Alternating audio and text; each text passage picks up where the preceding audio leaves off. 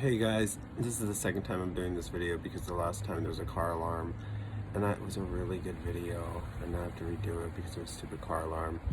Anyway, the poem we're talking about now is called Queer Theory According to My Grandmother by this guy named Richard Blanco, who went to school around here. He went to FIU, so it's not too far from where we usually go to school, although not anymore because we're online.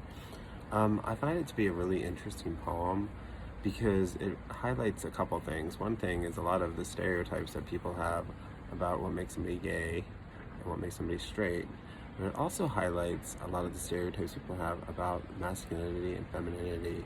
And I find it really interesting that the grandmother's portrait of masculinity seems to be somehow linked to violence, and her portrait of femininity has to do with, daintiness or hysterically funny things like drinking with a straw, like that has anything to do with whatever. I think maybe some of the jokes in here are actually sexual in some natures. You can maybe find them for yourself.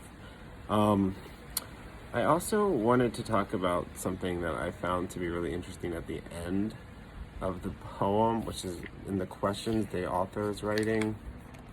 They ask in question 4, the grandmother's assumption, not uncommon among some uneducated people, is that gay men like the same things that stereotypical girls do. I find that part where it says not uncommon among some uneducated people to be really, really interesting.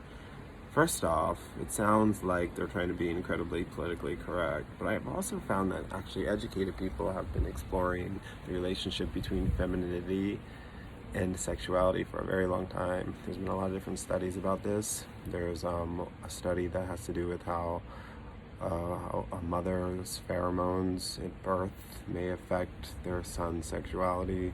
There's also been a lot of studies done about birth order, which I also find to be interesting. The more older brothers you have, the higher possibility that you might be gay.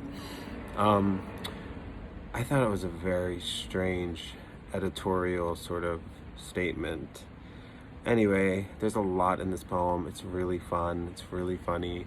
And I wonder what you guys thought about it and what message you think the author is trying to tell us about stereotypes and about what it means to be a gay man in modern society.